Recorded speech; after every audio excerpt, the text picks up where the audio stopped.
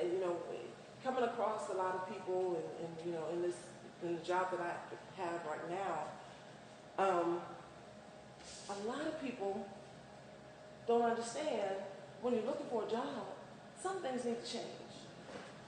For instance, with your phone, your voicemail, you should have a professional sounding voicemail, if that is what I'm going to reach, okay? And not this, hey, yo, you've reached Candace. Call back, I'll call you, or I'll call you later. No. Hello, you have reached the voicemail of, sorry I missed your call. Please leave a detailed message, and I'll return your call as soon as possible. As long as you're searching for a job, your voicemail should be professional. No ringtone or ring hold music, because what might be good to you may be offensive to somebody else, or may be annoying to someone else. And if you're on a call, like I said, I'm giving it to you from a perspective of a HR professional or a recruiter. They call gazillions of people, and you really think they want to be on the phone listening to your music. So change your voicemail, make it professional, and always answer your phone. Now I know that's kind of hard sometimes, because you know we're trying to avoid certain phone calls, and I do understand that. But when you're in the job search mode, and that's what you're doing, and you've put out applications, and you've listed your cell phone as your phone number and your main number, answer it. Because quite often, you know, if we're looking for a position, say we have a job and we have 4 openings, and we have 50 people that qualify according to what we have so far. We're looking at their resume. So according to what we have so far, we have about 50 people that we can call. And we can get these 4 people quick, fast, in a hurry. If I call you and you don't answer, guess what? You're not getting a call back. That's a missed opportunity. Okay?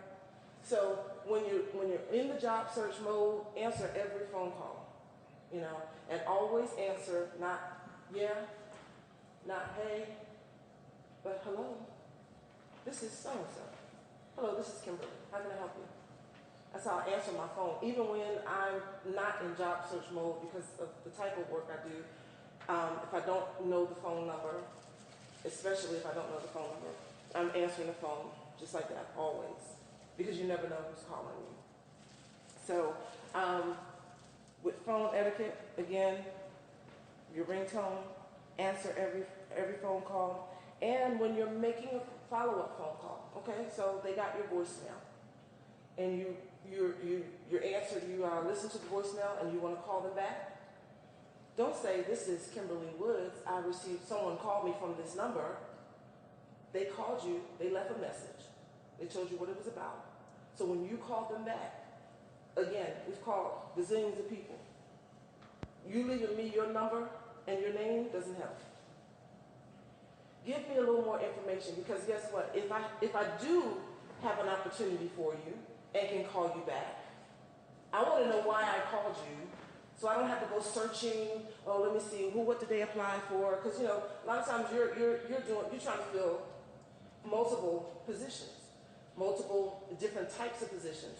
So give me a little information about what I called you about, and it just makes it easier on everybody. So hello, this is Kimberly, Kimberly Woods. My number is, you called me and left a message regarding wiretech position, whatever that position is.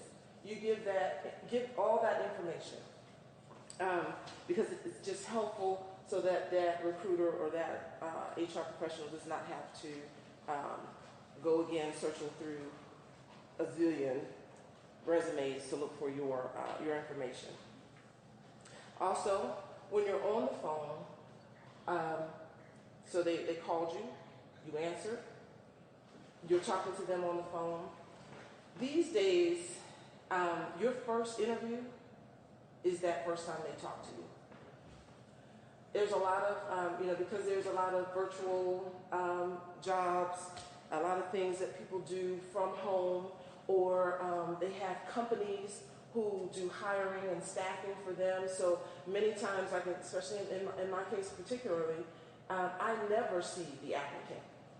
But when I'm talking to them, I get a sense of whether they're going to be good or bad for this position.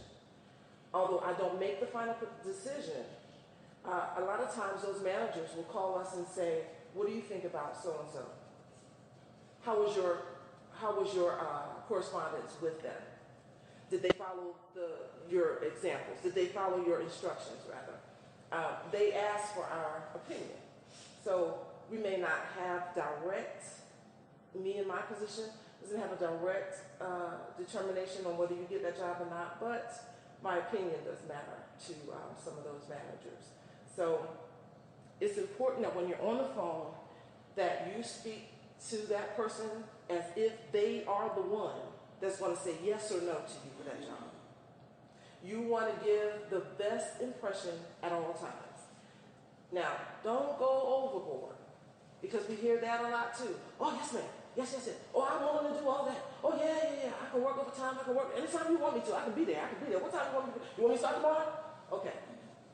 We know that you're excited. We know that you want the position. But there's a process. So show your enthusiasm, but don't show desperation. Don't show desperation. Absolutely. That's perfect. That's the word. Don't show desperation. Because basically, you are in the, there's a lot of people applying for one position. Most times, there's only one position. You do want to give your best, you do want to put your best foot forward, but in a case like that, you would have another opportunity, but only if you make that call, the best call that you can. So you want to answer in complete sentences. You, if they ask you for examples, because a lot of times that is your first interview. They're not just calling you to tell you about the position. They may start and go into an interview, so you have to be ready. So the first thing that I would suggest is when you're putting in job applications, go ahead at that point, research that company, learn something about them. Know something about that company that you apply to, even if it's as simple as where it's located, where the headquarters is located, what type of industry are they, what do they distribute, what do they supply, okay? Because then when they call you back, it sounds good to know that you have done some type of research on this company that you want to be an employee of, okay? Because then, if you're asked, which many times that is a question, why do you want to work for this company? Well, if you don't know anything about it, you're not going to be able to answer that question. Okay? Email etiquette. Yes. My feeling exactly. I can't tell you, and I told Michael earlier, I didn't want to embarrass people and put the actual email addresses, give you examples of actual email addresses that people use. It blows my mind every time. I'm amazed at what they use. But just this is some of the stuff that we get, something like this. Big Daddy Kane at hotmail.com. Chocolate Drop 69 at gmail.com. Country Boy 298794837 at yahoo.com. Okay, what those numbers mean? They may mean something to you, but is an employer going to remember that? No. They're not going to remember all those numbers, and it's just more of a chance that something would go wrong and something would not reach you. Okay? So at all times, it's best to use your name. And I know that when creating email accounts, your name seems to always be on. And I don't care what your name is, it's never available. But use things like periods, hyphens, underscores, one or two numbers at the end or in there somewhere is fine. But this looks like somebody's phone number. No. Get my first initial, my middle initial, my last name, and then the year I was born. That's good. And see, in the year you were born, that makes sense to someone. They could see that because that's on your application. So okay, that makes sense. But census numbers, and extreme email, you don't know what that is. So just be mindful of those types of things. And plus, you want to, on all fronts, give the best impression that you can. What does Big Daddy Kane say to them? What does Chocolate Drop say? 69. Yeah. What does that say to that employer? Okay? So, be careful. In fact, when you're doing a serious job search and you know that you're trying to look for that, it may be a while or it may not be a while, whatever the case may be, you make or create an email just for job search. I mean, you could even use your initials and job search at gmail.com. Okay? So you yourself know that's my job search email. Or your name and your birth date, as you said, or birth year. Or James.Smith, 79, whatever, just the years of his birth at yahoo.com. Something like that. But be mindful that, people are going to be looking at that. Not just the HR professional, but then when your application gets moved on to the manager and those in upper management, you don't want them to look at that and say, what kind of person is this? Okay? So we want to make sure that we, again, put our best foot forward. When you sent an email, again, because of the times that we're in, you'll get phone interviews a lot. You'll get emails that will tell you about the position that they have available and ask you and tell you that you can respond via email. Well, that's good. It takes a lot of pressure off you and them. That professional can continue to do and multitask as they please and just read your email. It's very easy. And then it takes the pressure off of you. You don't have to, it gives you time to think, but you want to respond as soon as possible.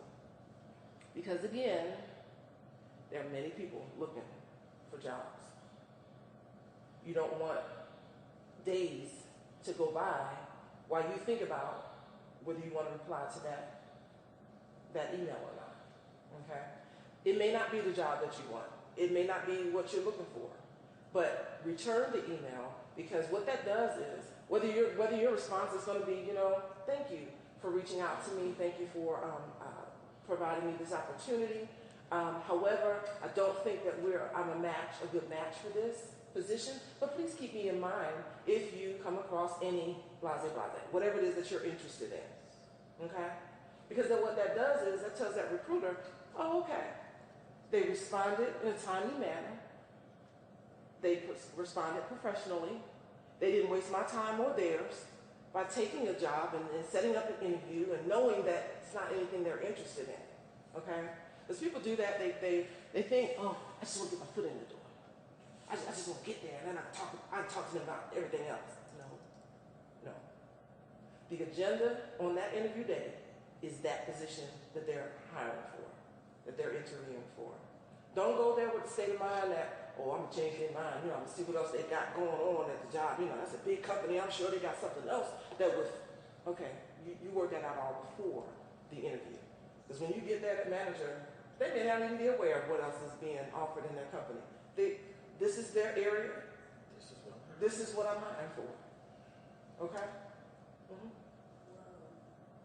I've gotten emails from jobs that I wasn't sure they were legit or not. Yeah. Mm-hmm. So, do I respond I mean, even if I didn't apply for it somehow, because I have my resume out there, they contacted me. But I, you know, I didn't know because it looked weird. It looks suspicious. There are some that are like that are suspicious. So what I would suggest is if they use their email, because usually if it's a legitimate company, they're going to have, you know, kwoods at whatever company name.com. So then you research that company name and see if it's legitimate. But if it's kwoods at ymail or no, it's going to have they're going to use a company email address. So if it's not a company email address, then I wouldn't worry about responding to that. But you will get a lot of that, especially when your resume is out on Monster, and Career Builder, and all of that, because everybody has access to that. It's not like it's restricted. So everybody has access to that, and because of that, you know, people take advantage, and they have all kinds of scams going. So yeah, you do have to be careful. But and most times, I guess rule of thumb is if it doesn't feel right, doesn't sound right, then probably. Just always delete it. But again, you know, it is that type of world now, and a lot of times we do reach out to people via email because we've seen their resume on Career Builder and those different job postings and job boards. So, you know, again, if it's a company email address, then I would respond. Now, and like I said, if you're not interested in that, and that's why you look up the company name, see what else they do, see what else that might suit you or might be a better fit for you when you look up that company.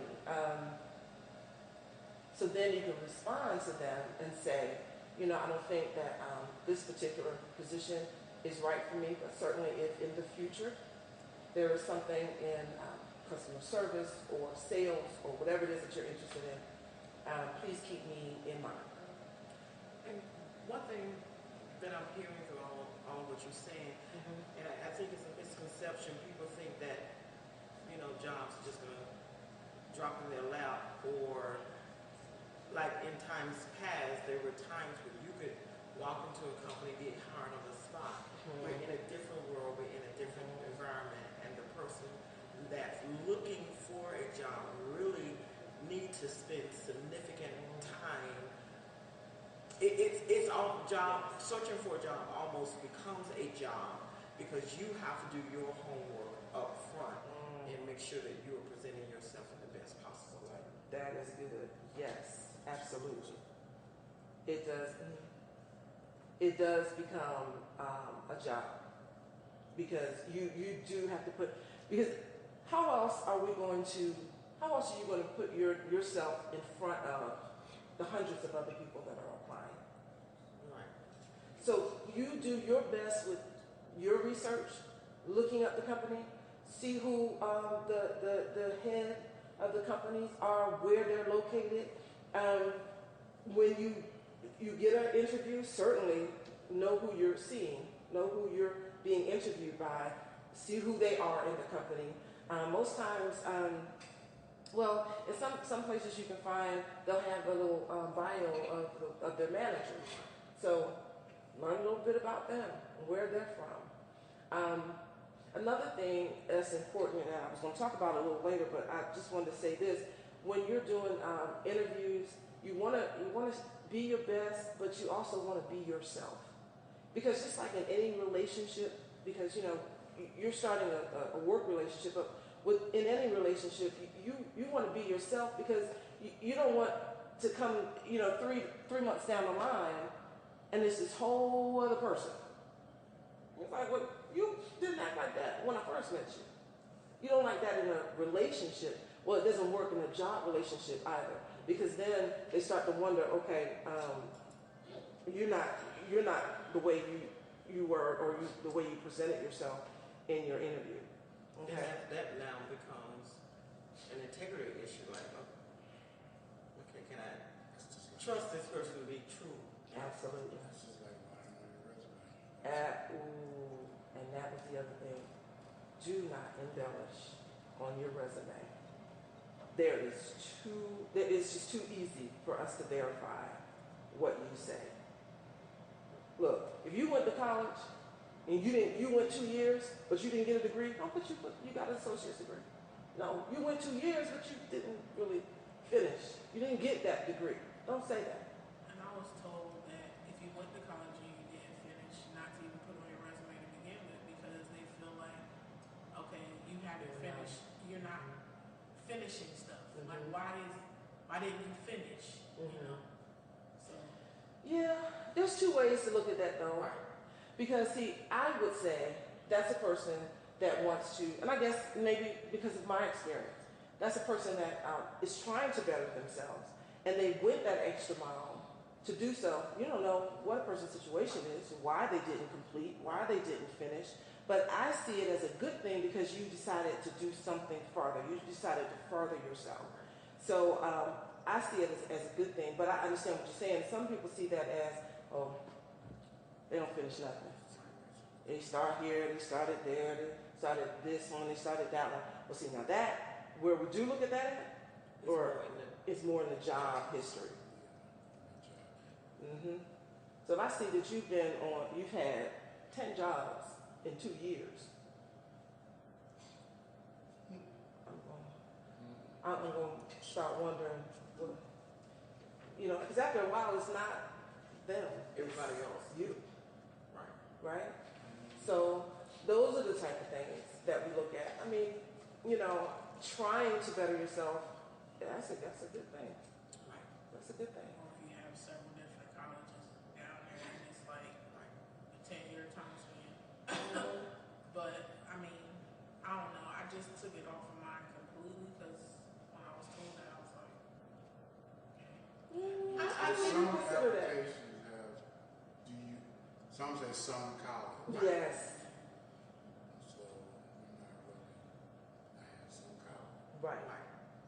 And I think, But then they follow up with a question: did you get a degree? That's okay. that's okay. That's okay. Because you might still be in pursuit of it, so you definitely want them to know Right. that there is some college there. And I think too, when you get down to that, it's all in how you answer it. There may be valid reasons. There's situations where life happens and it upsets everything, right? So you put it on hold, and you may say, well, I started college to still desire to finish, but it is a future goal. There you go. That's it. And that's an awesome thing to have. I mean, you see, if you take it off, and then they ask you, where do you see yourself in 5 years? One way to answer that question is to have my college degree, to finish school. Well, that's not on the resume that you even started. When do you plan on starting? So it can be a good thing that's there. And while you were talking, I thought about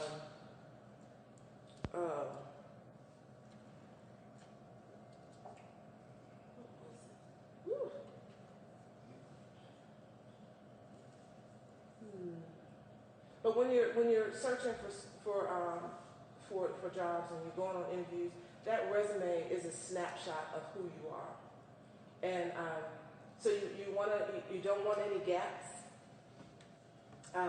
without being able to explain them.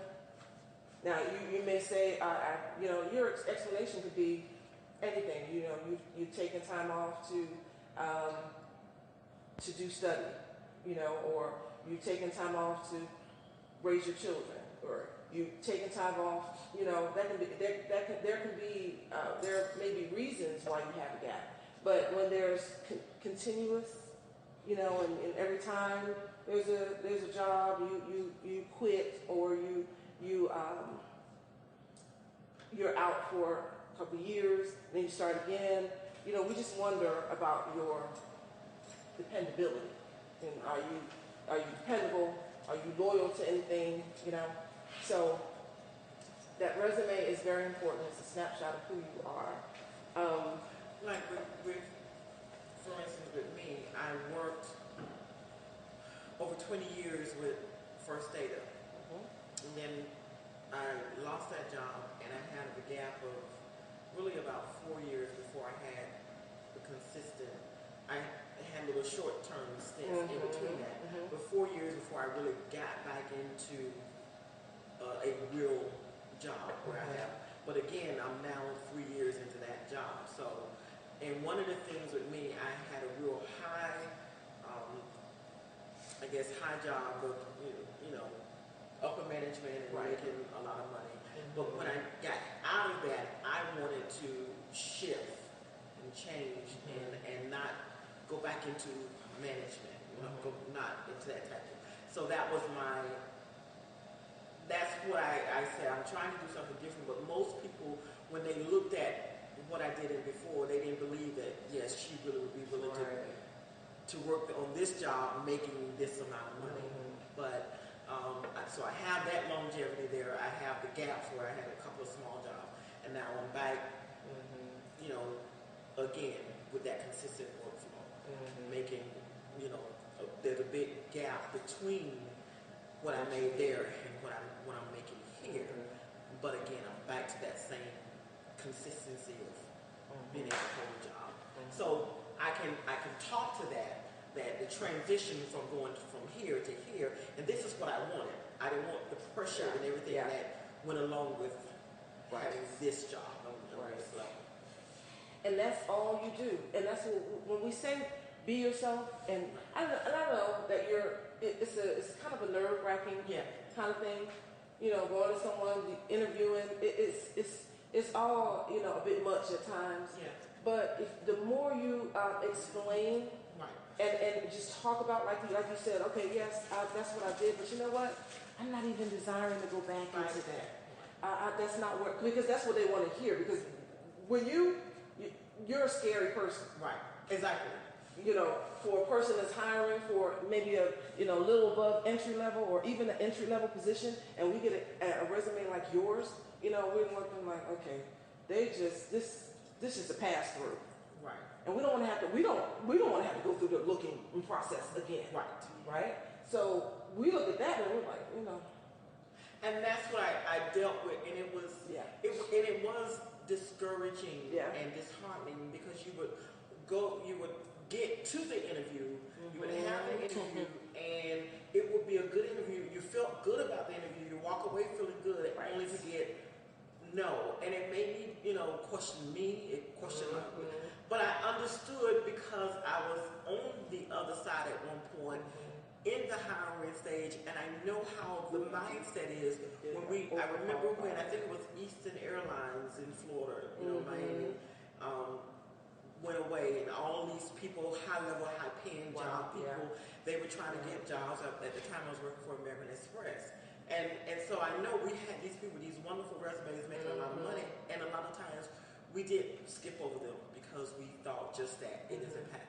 So I had to keep all of that in mind while trying to still keep myself encouraged in the job process, but it does get discouraging on the other end, because you had that good interview, you just knew this time you got it, only to get a no again. Yes.